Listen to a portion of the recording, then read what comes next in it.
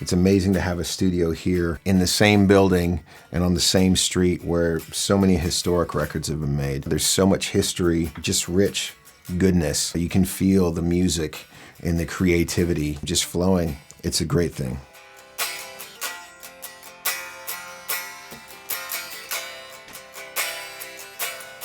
I'm Dwayne Larring. Welcome to Nashville, Tennessee and Legendary Music Row.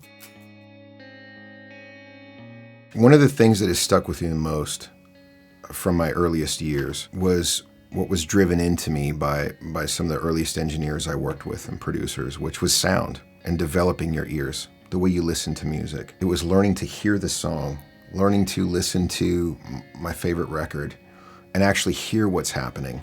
Listen deeper than, oh yeah, you just air drum and you're like, oh, this is great. But what's actually going on? Oh, the kick drum's sitting here. This is sitting here. This is punching through. How does, oh, that's reverb. That's a space. Oh my gosh, that's the drum room.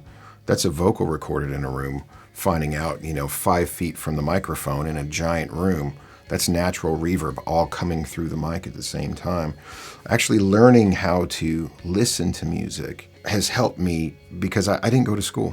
People say, how did you start engineering? How did you start producing? Well, I started producing before I was engineering. I happened to be in a band that was a smash, whatever, and we were producing our own stuff. And then everybody was asking me to produce records. And it was like, well, I guess I'm going to figure this out for real now. It was just learning along the way. And it was going, okay, well, I've worked with other producers and other engineers, and well, let's just figure this out. And it was trial and error. And there was more wrong things happening that pointed me in the right direction than right things happening going, oh, that's the ticket. And so having developed my ear with that, and just don't be afraid. Just turn knobs.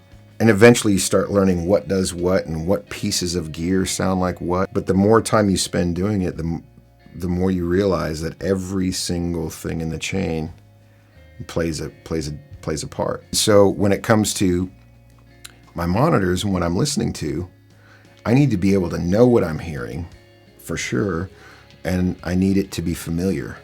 And I need to hear all the details of it. Now having, the multiple different monitors I have, like I said, the VXT8s, the Rokit 5s, and now the new headphones, I have those same reference points, and so I can take them with me anywhere I go. And as long as I can have a current reference point that I'm familiar with, then I'm fine.